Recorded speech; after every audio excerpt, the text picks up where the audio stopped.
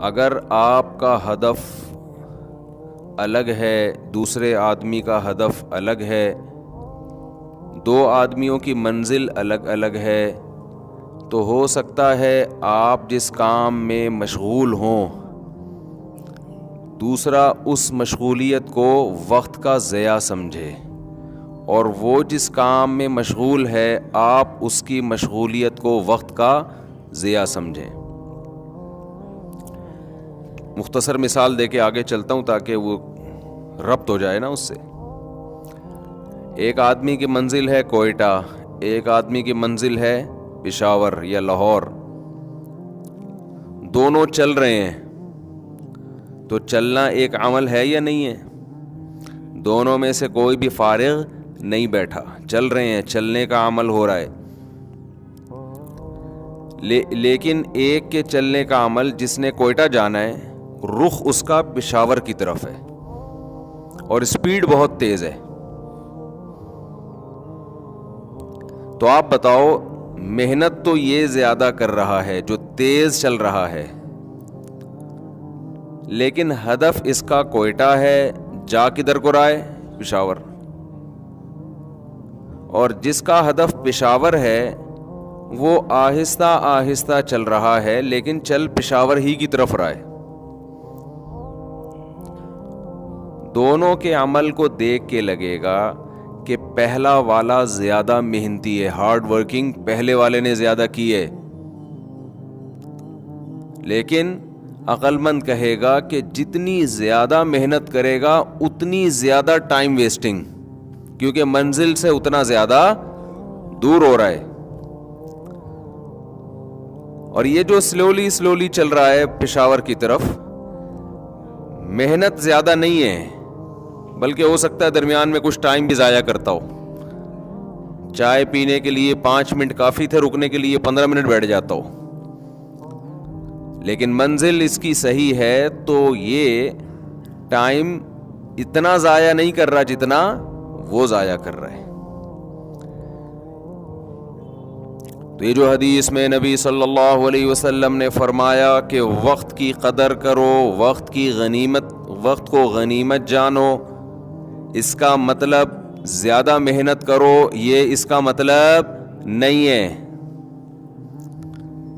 آج ہم کسی گورے کو دیکھتے ہیں محنتی، کسی دولت مند کو دیکھتے ہیں کہ پیسے کے پیچھے دن رات ایک کر دیے، ہم سمجھتے ہیں یہ ہے اپنے ٹائم کو بچانے والا، اور جو ریڑھی لگا رہا ہے، آلو پیاز ٹماٹر بیچ رہا ہے، ان کو تانے پڑتے ہیں کہ ان لوگوں نے اپنا وقت برباد کر دیا۔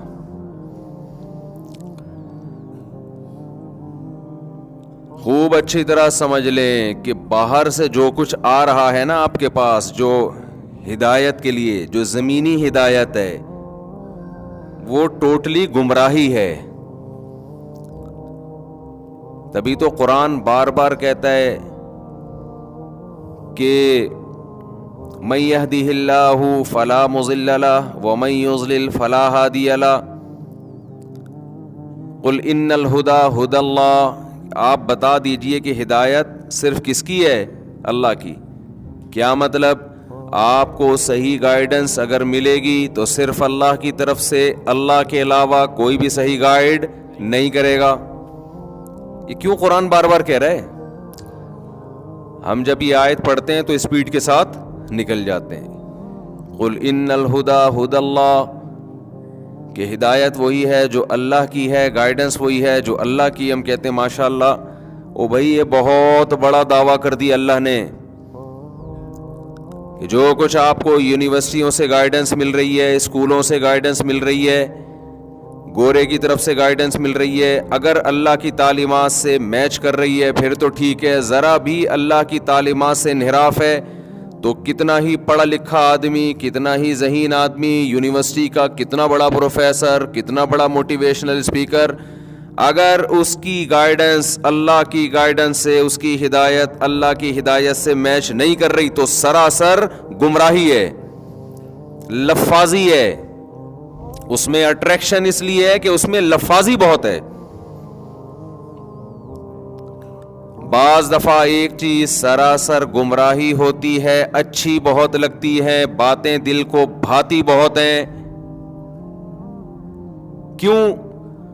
اس میں اٹریکشن بہت ہوتی ہے، اس میں کچھ ایسی چمک پٹیاں لگا کے اس بات کو پیش کیا جاتا ہے کہ پیش کرنے والے سے بھی محبت اور اس کی بات سے بھی محبت، حالانکہ وہ ہدایت کی روح سے وہ خالی ہوتی ہے۔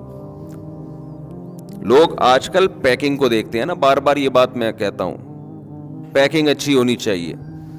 زیتون کا اوریجنل تیل اچھی پیکنگ میں نے دیکھا نہیں ملتا، سستا تھا، جوڑیا بازار گیا تھا میں 8-10 سال پہلے، اور زیتون کا 2 نمبر تیل بڑی خوبصورت پیکنگ میں زیادہ مہنگا۔ کیوں؟ جو اچھی پیکنگ میں تھا لوگ اس کو سمجھ رہے تھے کہ یہ 1 نمبر ہے، جو ٹین کے کنستر میں پڑا ہوا ہے اس کو لوگ سمجھ رہے ہیں یہ 2 نمبر ہے۔ ارے بھائی، یہ جو بھینس کا دودھ ہم نکالتے ہیں جو گوالوں سے آتا ہے، اس میں بھی چیزیں گوالے کی طرف سے ملی ہوئی ہوتی ہیں، لیکن اس ڈبے والے دودھ سے بہتر ہے۔ مگر پیکنگ کس کی اچھی ہے؟ ڈبے کی۔ ڈبے پہ مر رہے ہیں لوگ اور ڈبے جیسے ہو رہے ہیں۔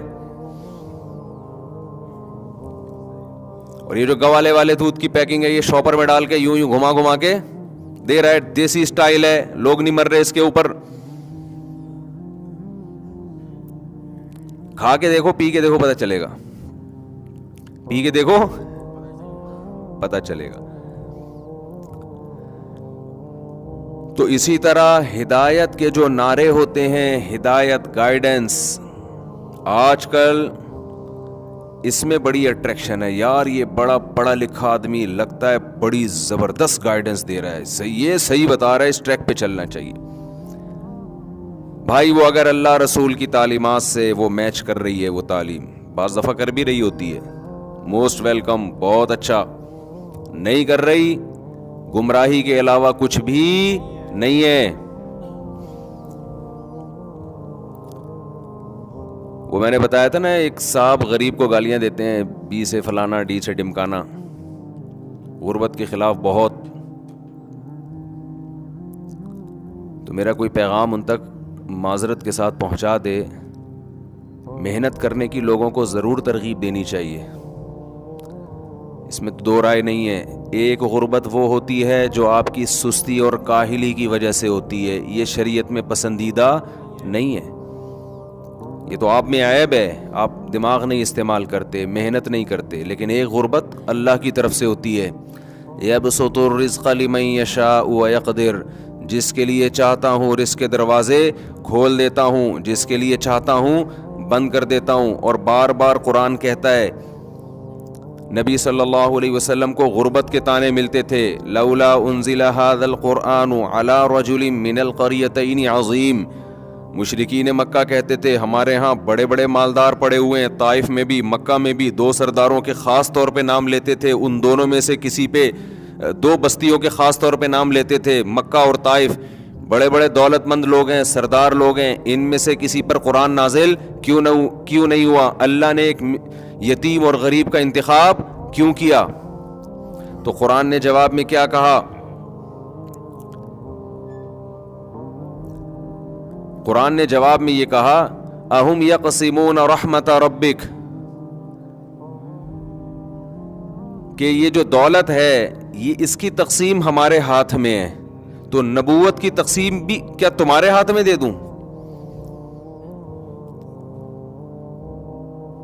یہ جو دولت ہے، جو کم درجے کی نعمت ہے، اس کی تقسیم جب میں نے اپنے ہاتھ میں رکھی ہے، یہ تمہارے ارادے پر نہیں۔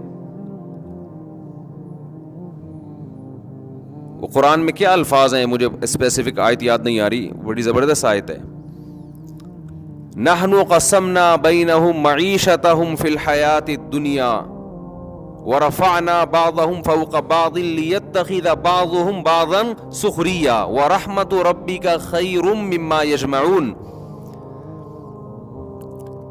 قرآن کہہ رہا ہے کہ تم نبوت کی بات کرتے ہو کہ ہم تم سے پوچھ کے نبی بنائیں کہ فلاں زیادہ اہل ہے یا فلاں زیادہ اہل ہے۔ نبوت سے بہت کم درجے کی چیز ہے دولت، پیسہ، اس میں ہم نے تم سے نہیں پوچھا۔ سوال پیدا ہوتا ہے اللہ نبوت کے بارے میں تو سمجھ میں آتا ہے کہ تو ہم سے نہیں پوچھتا, تجھے پتا ہے کون اہل ہے کون نا اہل, تو پیسے کا تو پوچھ لیتا نا, پیسے کا پوچھ لیتا. ہم بتاتے ہیں اللہ فلاں ملک غریب ہے ادھر ذرا توجہ زیادہ کر, فلاں تو پہلے سے ہی پیسے والے ہیں ادھر توجہ ذرا کم کر, یہ نیک آدمی ہے اس کو زیادہ دے, وہ برا ہے اس کو کم دے, وہ اتنا اسٹرگل کر رہا ہے محنت کر رہا ہے اس کو زیادہ دے, وہ پوستیوں کی طرح پڑا رہتا ہے پھر بھی نوٹ گننے کے اس کے پاس ٹائم نہیں ہے. بات نہیں آ رہی میرا خیال ہے سمجھ میں, یہ تو وہ بالکل ہی آ رہی ہوگی, کیونکہ ہر گھر میں ایک ایسا پوستی ہوتا ہے ہر محلے میں جو پڑا رہتا ہے پھر بھی دولت کی ریل پیل ہوتی ہے. اکثر ایسا نہیں ہوتا لیکن بہت دفعہ ایسا ہوتا بھی ہے. تو اللہ نے جواب میں کہا کہ ہم نے تمہارے درمیان تمہاری معیشت کو, دولت کو, پیسے کو ڈیوائیڈ کیا ہے, تقسیم کیا ہے. وَرَفَعْنَا بَعْضَهُمْ فَوْقَ بَعْضٍ, اور ہم نے دولت کے معاملے میں تم میں بعض کو بعض پر فضیلت دی ہے. کیوں؟ لِيَتَّخِذَ بَعْضُهُمْ بَعْضًا سُخْرِيًّا, تاکہ تم میں سے بعض کو اپنا تابع بنا کے رکھیں, سارے زمین کے باپ نہ بن جائیں. میں بھی بزنس کے فضائل بیان کرتا ہوں کہ بزنس کرو, اس میں اللہ نے پیسہ زیادہ رکھا ہے, کسی کے غلام ماتحت بن کے نہیں رہ سکتے, آپ نہیں رہتے اس میں, باس رہو گے ہمیشہ. آپ سی اے کرو گے, جاب اس آدمی کے پاس کرو گے جس نے میٹرک پاس بھی نہیں ہوگا, اس کی اپنی کمپنی ہوگی. لیکن کیا سارا ایسا کر لیں گے؟ زمین کا نظام تباہ و برباد نہیں ہو جائے گا؟ کیا خیال ہے بھائی؟ اگر سارے بزنس کریں گے, کرنا تو چاہیے, کوشش کریں, جس کا دماغ ہوگا چلے جائے گا, لیکن ہر آدمی اس میں کامیاب نہیں ہوگا. بہت تھوڑے لوگ کامیاب ہوں گے, زیادہ تر ناکام ہوں گے. کیوں؟ وہ اس کا بزنس کامیاب نہیں ہوگا جب تک اس کو ملازم نہیں ملیں گے. تو پیسہ چند لوگوں کے پاس ہی آئے گا, پھر بھی ان کے لحاظ سے باقی لوگ پھر بھی کیا کہلائیں گے؟ غریب, جن کو بی سے گالیاں بھی دی جا رہی ہیں اور سی سے کچھ اور بھی کہا جا رہا ہے. میجورٹی پھر بھی کیا رہے گی؟ غریب.